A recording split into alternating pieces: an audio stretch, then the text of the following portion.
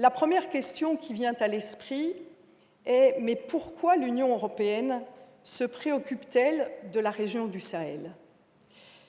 Alors je dois dire à titre personnel, en tant que présidente de la Commission droits humains, il m'est facile de répondre à cette question.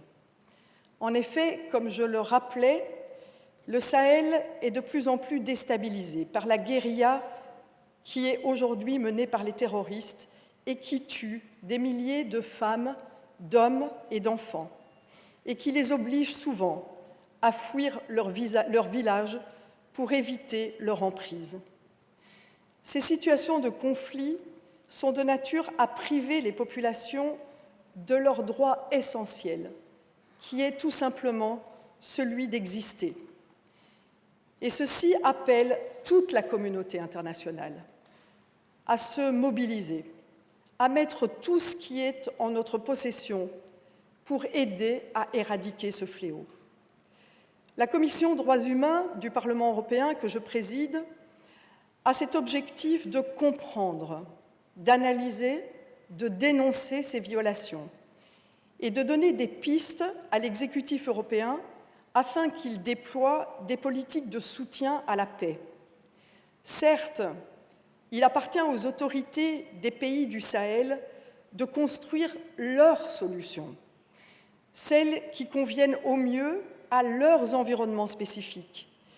Et il nous appartient à nous, Européens, si cela nous est demandé, d'apporter notre soutien à la recherche de solutions communes dans l'intérêt de tous.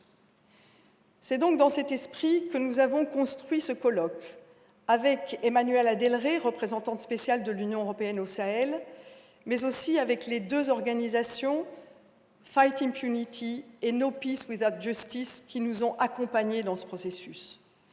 Autour de ces trois panels, dans lesquels participent aussi des académiques, mais aussi des hommes et des femmes de terrain, principalement des Africains, mais aussi des Européens, pour tenter de nous apporter un certain éclairage sur les situations complexes de cette région. Je disais donc trois panels.